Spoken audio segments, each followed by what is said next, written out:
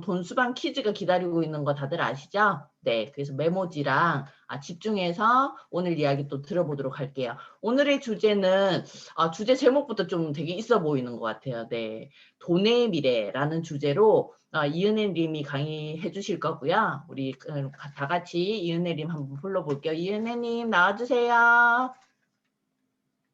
네, 모두 안녕하세요. 되게 오랜만에 진짜 한 주 쉬고 뵈니까 더 오랜만에 뵙는 것 같아요. 제가 화면 공유하면서 같이 시작할게요.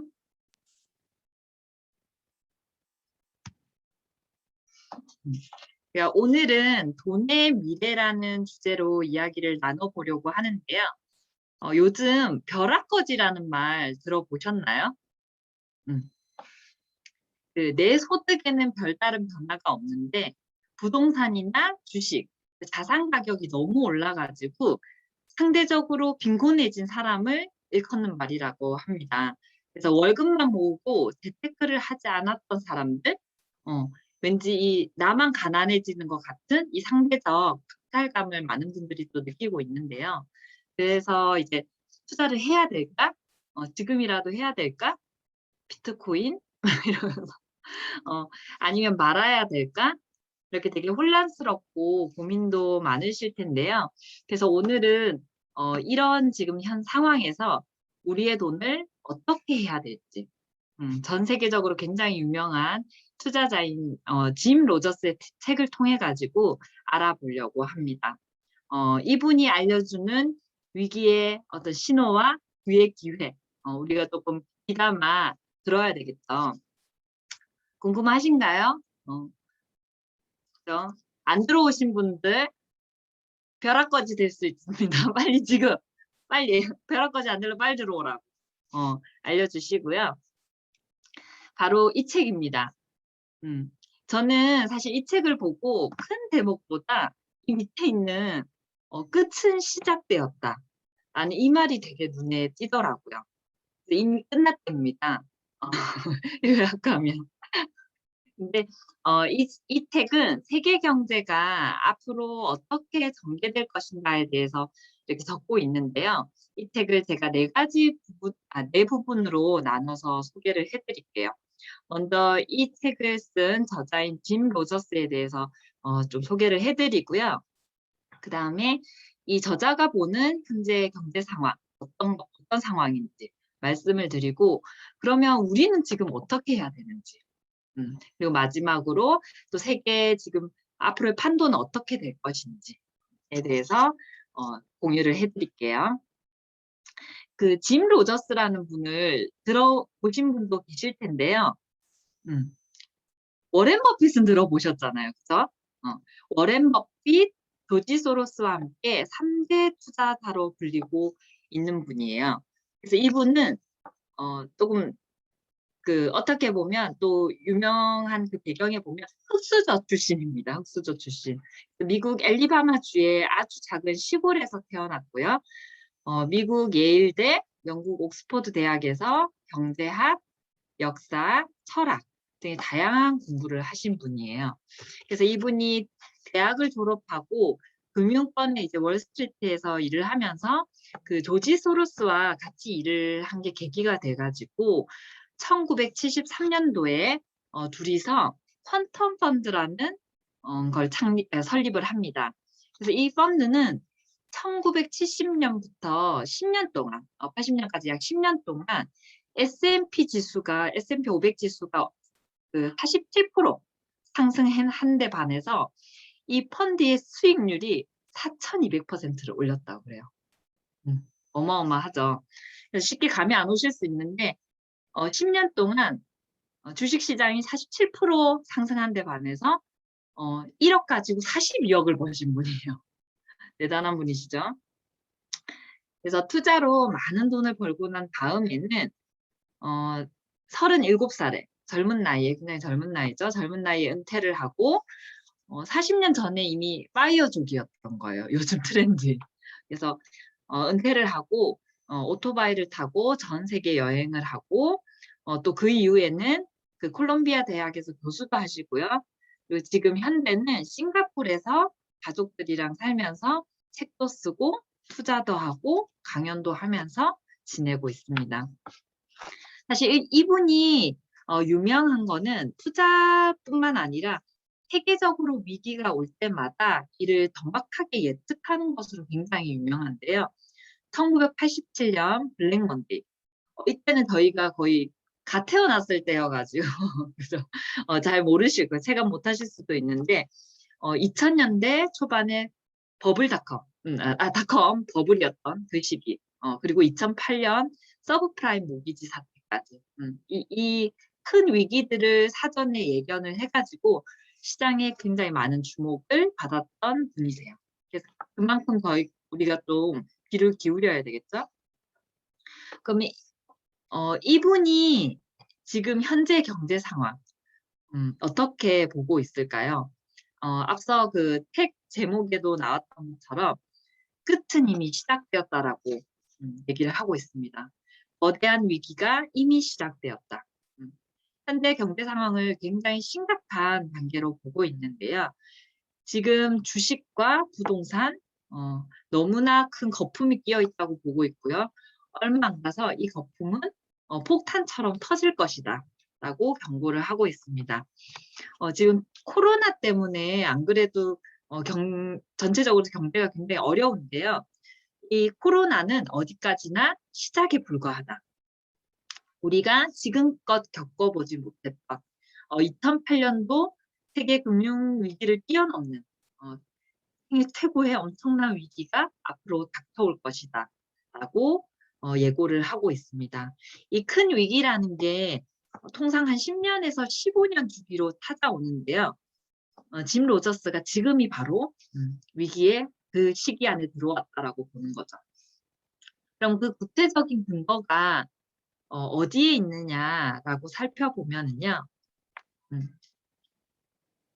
지금 2008년부터 각 나라들은 너무나도 엄청나게 많은 돈을 계속 풀고 있습니다. 이게 단기적으로는 모르겠지만 언젠가는 모두에게 큰 빚잔치 지금 하고 있는 거예요, 사실. 큰 위기가 될 것이다라고 예측을 하고 있는데요. 지금 수준에서 앞으로 금리가 통상적인 수준으로만 조금만 올라도 많은 사람들이 엄청난 위기에 직면할 것이다 라고 보고 있습니다. 지금 많은 나라들이 경기를 부흥하기 위해서 코로나 위기를 타개하기 위해서 다 돈을 풀고 있기 때문에 각국의 부채는 지금 눈덩이처럼 더 불어나고 있고요. 이 부채가 어쩔 수 없이 너무 늘어나서 금리를 이제 높일 수밖에 없는 상황이 되고 있죠. 지금 벌써. 그리고 미중 간의 무역 전쟁이 세계 경제를 더 어렵게 만들 거고요. 불황이 시작되면 공황이 오고 공황이 오면 사회가 불안정해지고 그래서 지금 전쟁이 일어날 수도 있을 것이다라는 가능성까지 이 책에서는 보고 있습니다. 지금 이 상황이 1929년도의 대공황이랑 굉장히 유사하다고 평가를 하고 있는데요. 이 당시에도 이 1920년대부터 굉장히 세계적인 누레없는 호황기를 거쳤었어요. 그러다가 1929년 30년을 거치면서 거품이 터져버리고 무역마찰이 시작되고 각국은 자국을 우선주의로 하는 그런 블록 경제를 구축하게 되죠. 그리고 서로 그런 국제 분업 체계가 붕괴되고 그 당시에 독일의 가장 큰 거대 은행이 파산을 하고 미국 주식시장이 90%나 폭락을 했다고 해요. 자고 나니 주식시장이 90% 하락한 겁니다. 어마어마한 거죠. 그 당시에 뭐 세계 경제가 거의 뭐 완전 쑥대밭이었다라고 할 수 있는데요. 짐 로저스는 그 위기의 어떤 징후를 이미 코로나 이전부터 보이고 있었다라고 얘기를 하고 있는데요. 각 나라별로 좀 살펴보면은 미국은 지금 선조국, 미국이 지금 가장 큰 뭐 파워를 갖고 있는 강대국이긴 하지만 많은 지자체가 현재 재정이 고갈되어 가지고 파산 직전이라고 합니다. 그리고 가장 큰 채무국이기도 해요, 미국이. 근데 빚이 점점 더 늘어나고 있고요. 중국도 지금 채무가 엄청나게 늘어나고 있습니다. 좀비 기업이 너무 많고요. 이 좀비 기업이라고 하는 거는 그 회사가 어떤 경영 활동을 해가지고 벌어들인 수익으로 이자도 갚지 못하는 기업을 얘기를 해요. 그리고 사실은 뭐 파산한 거나 마찬가지죠. 근데 파산하지 않은 것은 사실 회생 가능성이 크지도 않은데 어떤 정부나 그런 채권단의 그런 지원으로 간간히 파산 선고만 면하고 있는 거예요. 근데 그런 좀비 기업이 지금 중국에 너무 많고, 그리고 국영기업도 공기업이죠. 국영기업도 연달아 도산하고 있는 것을 지금 보고 있습니다. 그리고 인도도 굉장히 그 최근까지 뭐 경제 성장을 이뤄왔었는데 지금 현재 굉장히 심각한 경기 침체 상태고, 그 인도의 좀비 기업도 전체의 30%를 넘는다고 해요. 그리고 지금 뭐 코로나 때문에 뭐 거기도 지금 너무 엉망이죠. 유럽에서도 가장 재정 상태가 건전하게 평가를 받고 있는 독일도 독일 최대 민간은행인 도이치뱅크도 이미 빨간불이 켜졌고요. 금융기관들도 굉장히 위기에 직면해 있는 상황이라고 합니다. 그리고 남미 아르헨티나도 일시적인 채무불이행 상태에 놓였었고요. 해소와 부채 가격이 급락하고 있고, 그 원인이 바로 과도하게 불어난 국가빚이 원인이었다고 해요. 지금 그 어느 나라 한 곳도 뭐 안심할 수 없을 정도로 다 너무 큰 위기의 상황을 앞두고 있고, 그럼 지금 이런 상황에서 우리가 어떻게 해야 할까? 어떻게 보면 사실 그 좀 당연하게 들릴 수도 있는데 그 몇 가지의 중요한 이야기들을 우리에게 알려주고 있습니다. 첫 번째, 투자에 신중해라. 투자를 하는데 지금 굉장히 신중해야 할 시점이고, 만약 투자를 할 때도 자신이 잘 아는 분야에만 투자를 하라고 합니다.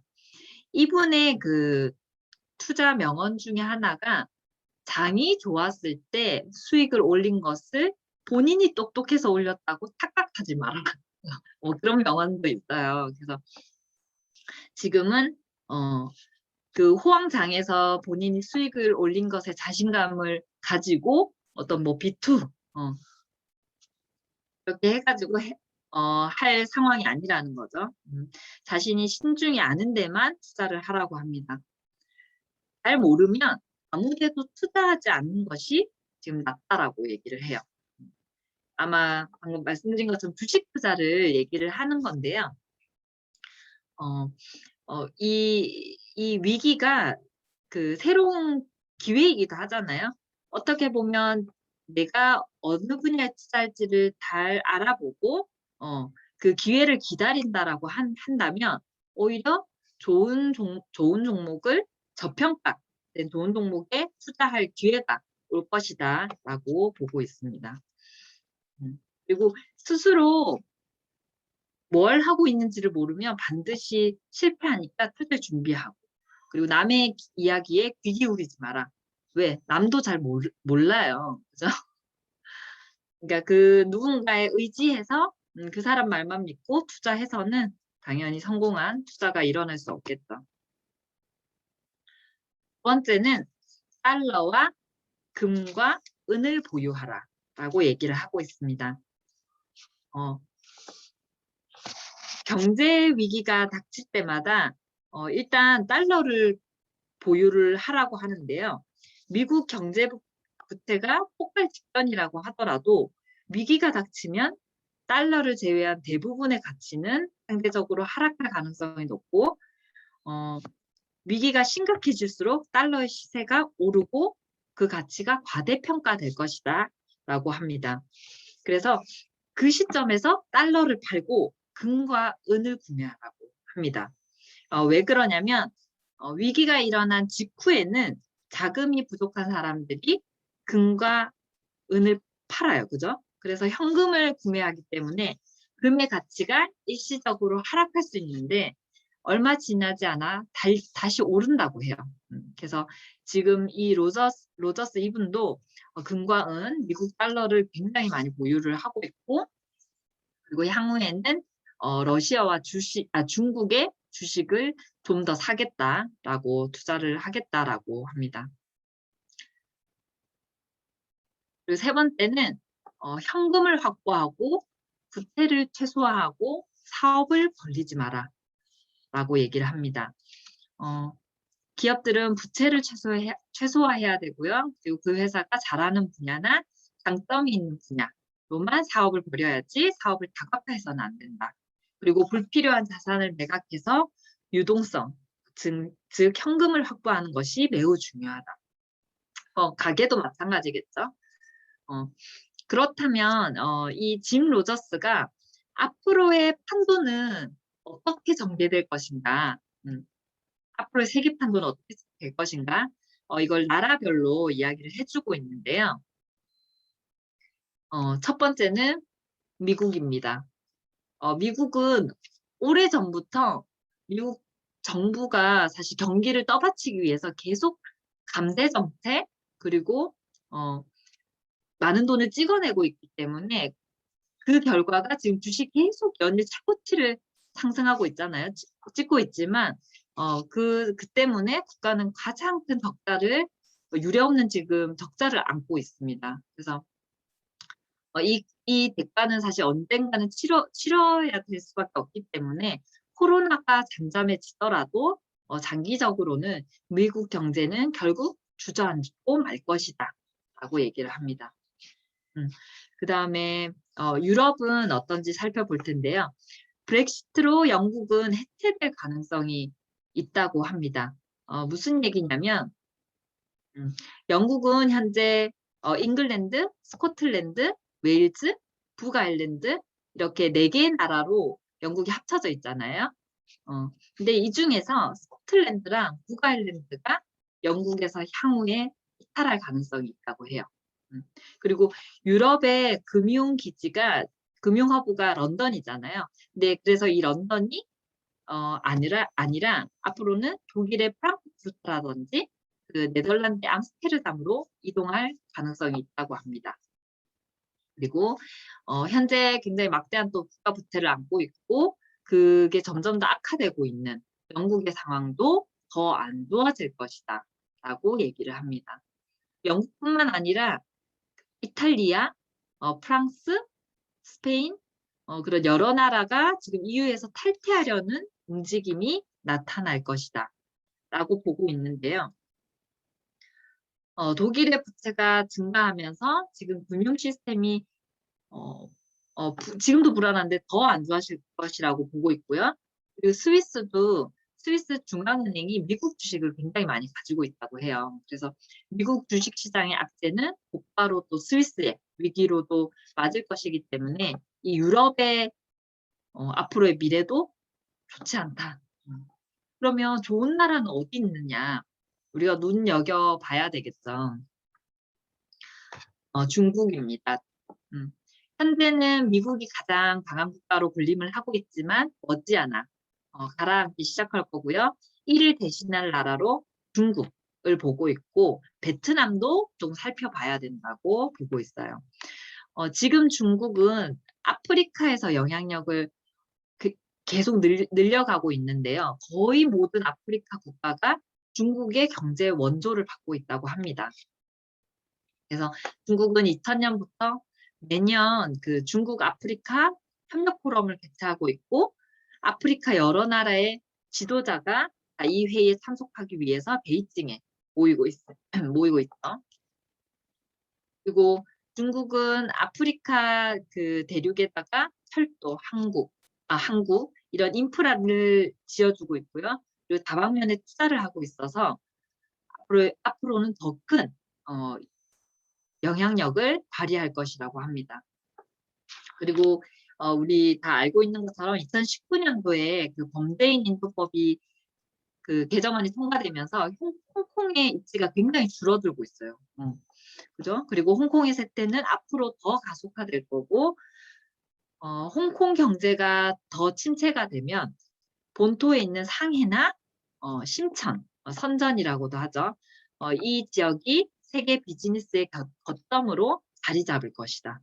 그리고 이 심천이 제2의 실리콘밸리가 될 것이다라고 전망을 하고 있습니다. 그리고 인도와 러시아에 대해서도 언급을 하고 있는데요. 인도에 대해서는 그동안 굉장히 큰 기대를 걸어왔지만 인도 경제는 아주 제한적이고 규모가 규제가 너무 많고 폐쇄적이고 관료주의가 만연해 있고 이런 다양한 이유로 앞으로는 비관적으로 보고 있어요. 그리고 러시아는 채무 비율이 낮고 막대한 천연자원을 가지고 있어서 기회가 굉장히 많은 나라로 보고 있습니다. 러시아가 지금 미국 트럼프 대통령이 러시아 농업에 대해서 제재를 가하면서 지금 러시아의 농업과 축산업이 오히려 호황을 누리게 되었다고 해요. 그래서 지금 세계적으로 제1위의 곡물 수출국이 되었고요. 그리고 러시아 중에서도 블라디보스톡을 주목하라고 이 책에서 얘기를 하고 있습니다. 그러면 이제 일본과 우리나라인데요.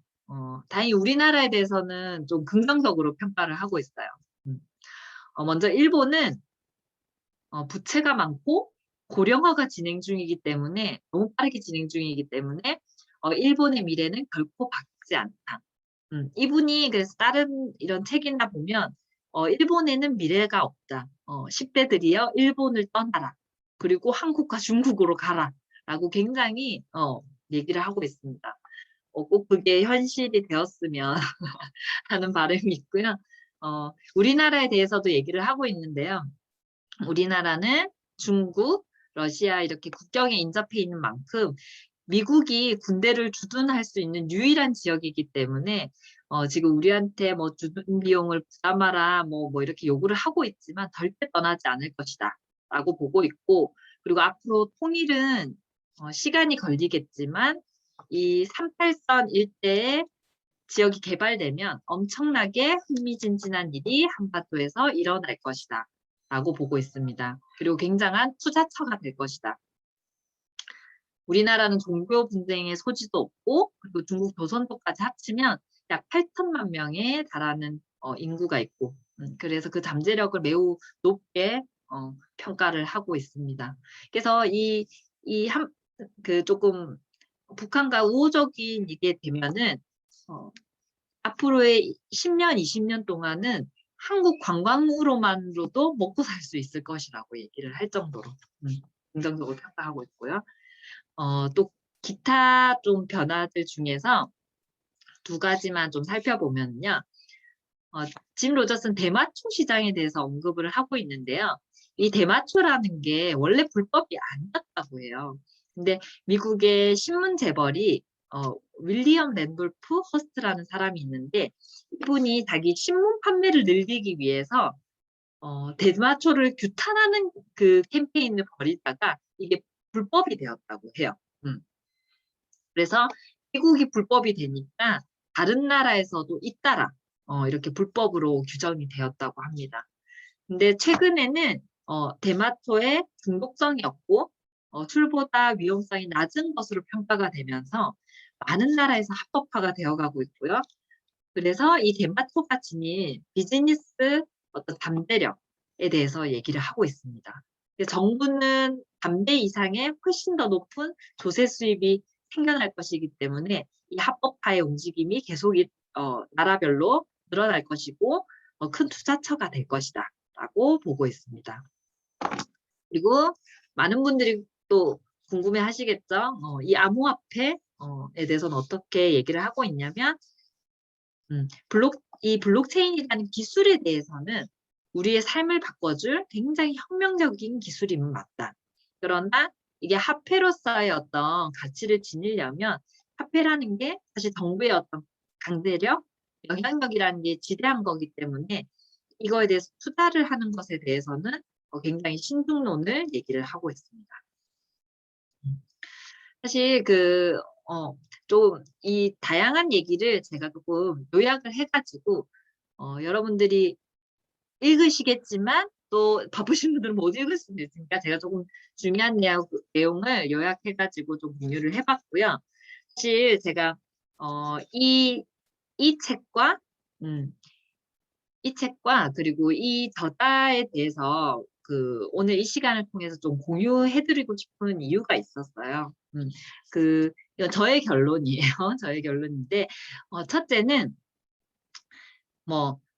위기라는 게 사실 갑자기 다가오면 되게 당혹스럽잖아요. 근데 이 상황을 준비한다면 우리 모두 지혜롭게 넘어갈 수 있다라고 보고요.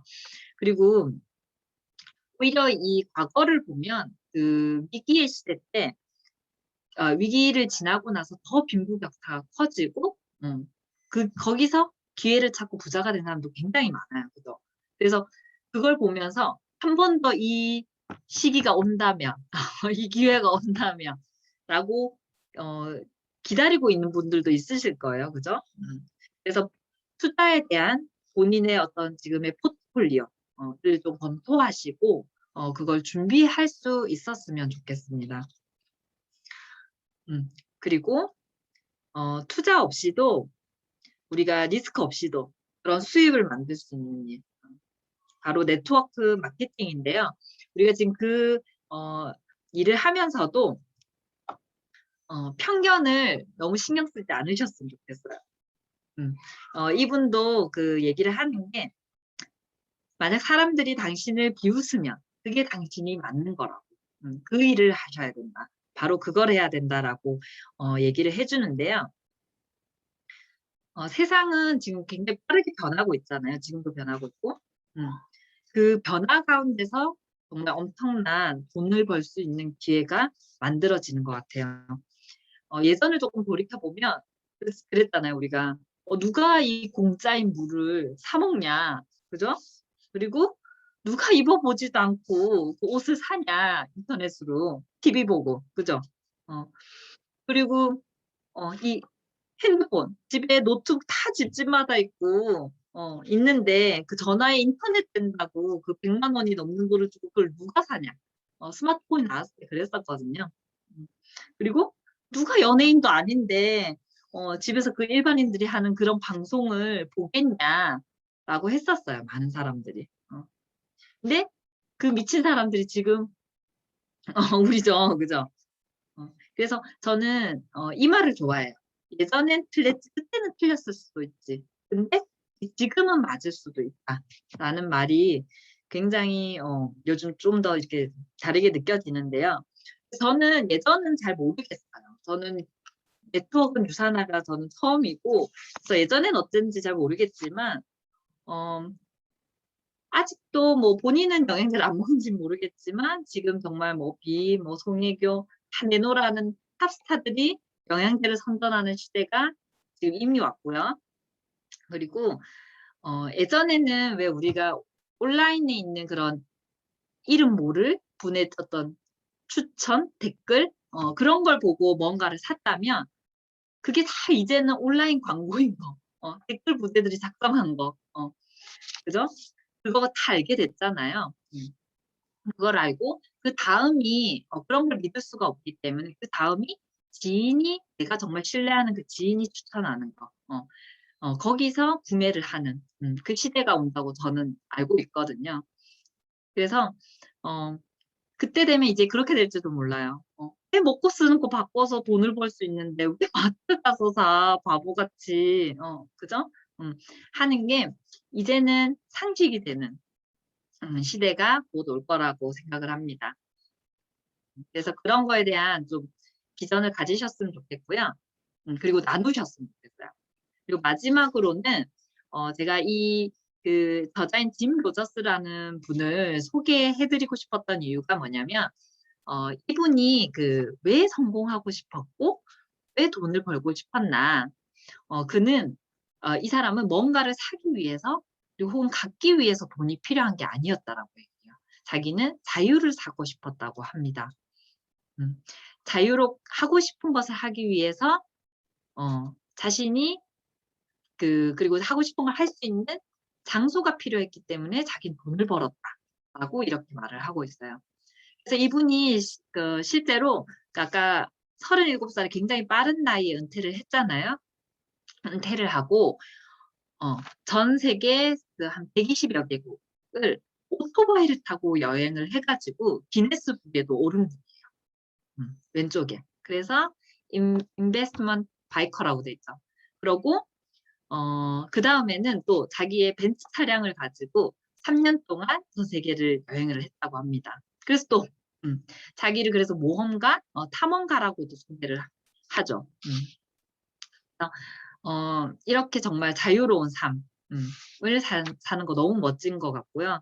그리고 이분이 지금 오른쪽에 보시면 3번째 결혼을 해서 손녀들이 아니에요. 딸이에요. 딸입니다. 그래서 두 딸과 함께 지금 싱가포르에 거주하고 있는 이유도 앞으로의 중국의 영향력이 더 커질 것이라고 보고 성장 가능성을 보고 우리 아이들이 중국의 문화와 중국어를 배우게 하기 위해서 선택을 했다고 합니다. 제가 싱가포르에 간 이유도 똑같아요. 저랑 약간 감각이 있으신 분인데 그래서 중국 본토가 아니라 싱가포르를 선택한 이유는 중국 본토는 환경이 너무 오염돼 있고 우리도 알다시피 그죠? 그리고 의료 면에서도 굉장히 또 떨어지고 치안이나 그래서 싱가포르를 선택했다고 합니다. 그래서 지금 보면은 이게 방송에 딸들이랑 같이 나온 화면인데 거의 뭐 원어민 이상으로 정말 잘한다고 해요. 그래서 그런 부분을 보면서 내가 아이들의 미래를 위해서 내가 언제든지 미국을 떠나 내가 원하는 곳에서 살 수 있는 거 너무 멋있는 것 같아요. 우리도 이렇게 자유롭고 행복한 삶을 살 수 있었으면 좋겠습니다. 그래서 이런 부자들은 무슨 생각을 하면서 살지 정말 궁금하지 않으세요? 제가 좀 돈 좀 잘 버는 사람을 소개해 드리려고 해요. 한 달 아니고요. 1초에 2억씩 버는 분입니다. 이분인데요. 이분의 어떤 영상을 보면서 많은 분들이 조금 상상해 보시는 시간이 되셨으면 좋겠고요. 오늘 이 시간을 통해 가지고 많은 분들이 조금 더 현재와 미래를 준비하는 데 도움이 되셨으면 좋겠고요. 우리 모두 이런 자유로운 삶을 살 수 있기를 모두 응원하도록 하겠습니다. 감사합니다.